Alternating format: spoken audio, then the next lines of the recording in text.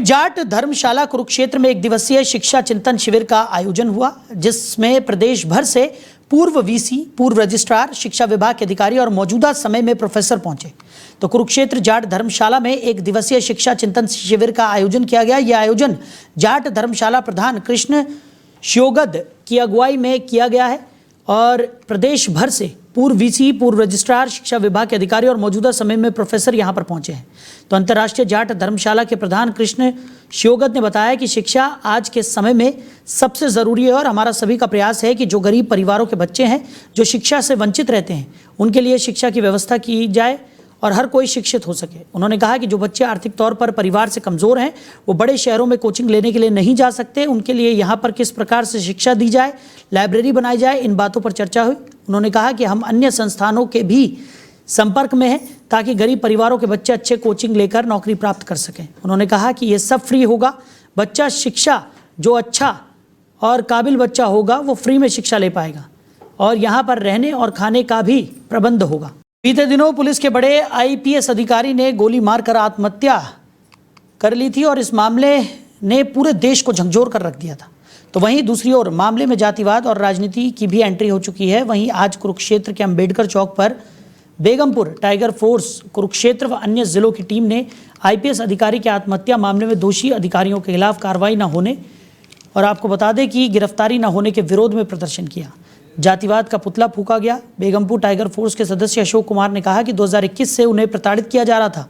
इसके बारे में उन्होंने एक शिकायत भी दी थी, लेकिन मामले में कोई कार्रवाई नहीं हुई। इस मामले में बेगमपुर टाइगर फोर्स ने ज्ञापन सौंपकर कार्रवाई की मांग की थी, लेकिन सरकार ने कोई संज्ञान नहीं लिया, जिसका खामियाजा आज समाज को बड़े ईमानदार और निष्ठावान अधिकारी के खोने से हुआ है।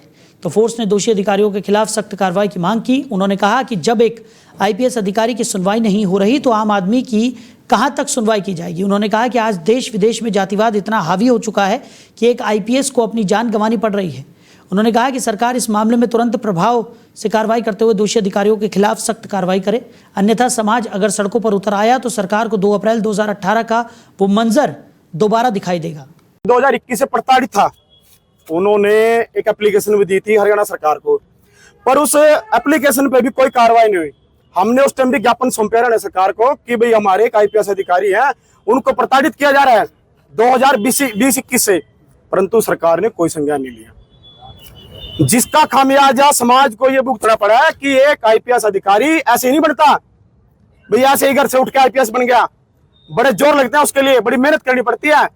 एक माँ जब बच्चे को पालती है ना तो उसको पता है कितना बड़ा करती है वो। और आज समाज ने एक होनहार और एक आईपीएस अधिकारी को खोया है। 2021 बंधु पहुंचे अज इस प्रदर्शन लाइव करने वास्ते पहला तो सारिਆਂ ਦਾ बहुत बहुत धन्यवाद, क्योंकि मीडिया एक ਇਹੋ ਜਿਹੀ आवाज़ है तो जिन्ना करके आ देश जो आज़ादी की सांस लै रहा है। और तुसीं देख रहे हो कि जोड़ा वाई पूरन सिंह सी अपने ADGP कितने बड़े संविधानिक पद पर बैठे है। ये संविधानिक पद और जोड़े उन्होंने प्रताड़ित करने वाले है वो भी जातिवाद के तौर पर प्रताड़ित करने वाले वो भी संविधानिक पद पर बैठे है। पर यह सोचना यह चाहिए भी जो संविधानिक पद पर बैठे उन्होंने कोई जात धर्म मजहब नहीं होंदा। कर बंधु पहुंचे अज इस प्रदर्शन लाइव, इनको प्रताड़ित किया गया है इनके ऑफिसरों ने, तो उसके लिए हम एक डिमांड रखते हैं सरकार से और उससे, भाई इनको फांसी की सजा मिलनी चाहिए और ये तुरंत प्रभाव से पद से हटा देना चाहिए और इनको जो है इनकी सख्त इंक्वायरी करके इनको अंदर करना चाहिए। उसके बाद हम जो है ना, इस वजह से हम अपना एजुकेशन कर रहे हैं। तो हमारी पूरी डिमांड है सरकार से भी, सभी से, इनको फांसी की सजा मिलनी चाहिए, तब हमारे संतुष्टि मिलेगी। इनको प्रताड़ित किया गया है इनके ऑफिसरों ने, तो उसके लिए हम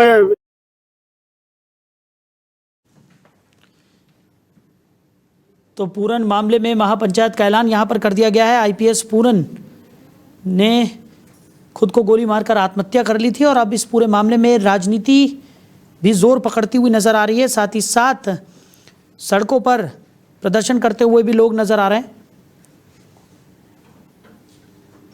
और आपको बता दें कि डीजीपी को हटाने के लिए 48 घंटे का अल्टीमेटम यहां पर दे दिया गया है। तो आईपीएस पूरन कुमार की मौत पर सियासत और राजनीति दोनों गरमाई हुई है। तो खबर पर ज़्यादा जानकारी के साथ हमारे सहयोगी विनोद गुप्ता हमारे साथ जुड़ गए। विनोद, क्या कुछ निकलकर सामने आ रहा है? आईपीएस पूरन कुमार की मौत पर सियासत होती हुई भी नजर आ रही है, दूसरी तरफ सड़कों पर भी प्रदर्शन देखने को मिल रहा है और डीजीपी को 48 घंटे में हटाने की मांग यहां पर की जा रही है, क्या कुछ जानकारी? बिल्कुल, देखिए कल एक महापंचायत होती है चंडीगढ़ सेक्टर 20 के गुरु रविदास मंदिर गुरुद्वारा के अंदर, और उसमें जो है 31 सदस्य के जो पंचायती सदस्य उन्होंने एक अल्टीमेटम हरियाणा सरकार को दिया है कि आकर 48 घंटे के अंदर डीजीपी सत्यजीत कपूर को नहीं हटाया गया और रोहतक के पूर्व एसपी नरेंद्र बिजारानिया को गिरफ्तार किया गया। तो बड़ा उग्र प्रदर्शन जो है वो किया जाएगा चंडीगढ़ के अंदर। चंडीगढ़ प्रशासन को भी, पुलिस प्रशासन को भी अल्टीमेटम दिए गए। साथ ही साथ एक जो सिट बनाई गई है चंडीगढ़ पुलिस द्वारा, उसके अंदर 6 सदस्य जो रखे गए हैं, उसकी जांच भी कर दी गई है। जांच के अंदर सबसे पहले जो है हरियाणा सरकार को नोटिस दिया गया है, तो साथ साथ आईपीएस पूरन कुमार के परिवार को नोटिस दिया गया कि 6 दिन हो चुके हैं और अब तक पोस्टमार्टम नहीं हुआ है। पोस्टमार्टम के लिए बॉडी की शिनाख्त के लिए परिवार को भी नोटिस दिया गया है। साथ साथ जो प्रदर्शन की बात करें तो एक राजनीति की बात करें तो हरियाणा के साथ साथ पंजाब के अंदर ही राजनीति गर्मा गई है और हरियाणा पंजाब के जो है, चाहे वो मुख्यमंत्री हो या आम आदमी पार्टी सरकार हो, वो पूरी तरह से आईपीएस पूरन कुमार के सपोर्ट में आ चुकी है। अमित की सपोर्ट में आ चुकी है। उन्होंने भी कहा है कि इसकी गहनता से जांच होनी चाहिए और हम परिवार के साथ पूरी तरह से खड़े हैं। इसी एवज में कल देर रात जो है पूरे पंजाब के अंदर आम आदमी पार्टी सरकार ने और खुद मंत्रियों ने, नेताओं ने जो है एक कैंडल मार्च भी निकाला गया था। जी विनोद, वहीं अगर इस पूरे मामले की बात करें तो जो सुसाइड नोट बरामद हुआ था उसमें कई और अफसरों के नाम मेंशन किए गए थे, उनके खिलाफ क्या किसी तरह का कोई एक्शन यहाँ पर अब तक लिया गया है? क्योंकि डीजीपी को हटाने की लगातार मांग यहाँ पर की जा रही है, सड़कों पर लोग उतरे हुए हैं, प्रदर्शन किया जा रहा है, 48 घंटे का अल्टीमेटम भी यहाँ पर दे दिया गया है। देखिए, सबसे बड़ी बात है एक जो सुसाइड नोट जो है वो एक जो मिला है और एक आजकल एक फोटो वायरल भी हुई है पूरन कुमार की, जो उन्होंने सुसाइड किया था एक बंद कमरे में नीचे में और टी शर्ट में नजर आ रहे हैं। और साथ साथ जो 14 से 15 लोगों के जो नाम हाई लेवल के, वो भी आईपीएस और आईएएस अधिकारी हैं, उनके नाम भी आ रहे हैं। परंतु मुख्यतः रूप से अगर बात कर ले तो डीजीपी मौजूदा सत्यजीत कपूर और एसपी के मामले को लेकर लोग ज्यादा ही इस मामले को ज्यादा उठा रहे हैं कि उन दोनों को लेकर, क्योंकि उनके तो नाम जो है वो सिर्फ पहले कभी आए थे, चाहे बड़े अफसर हो, चाहे बड़े आईपीएस और आईएएस अधिकारी, परंतु मुख्यतः डीजीपी और एसपी को लेकर राजनीति भी गरमा रही है और जो महापंचायत उसमें भी सब कड़े संज्ञान लिए गए हैं। चलिए विनोद, हमारे साथ जुड़ने के लिए, इस तमाम जानकारी के लिए आपका बहुत शुक्रिया। तो आईपीएस पूरन कुमार की मौत पर सियासत गरमाई हुई इस वक्त नजर आ रही है, लोग भी सड़कों पर उतरकर प्रदर्शन कर रहे हैं। डीजीपी को हटाने के लिए 48 घंटे का अल्टीमेटम यहां पर दिया गया है, महापंचायत का ऐलान भी यहां पर कर दिया गया है, यानी कि इस पूरे मामले में सियासत और राजनीति इस वक्त गरमाई हुई है।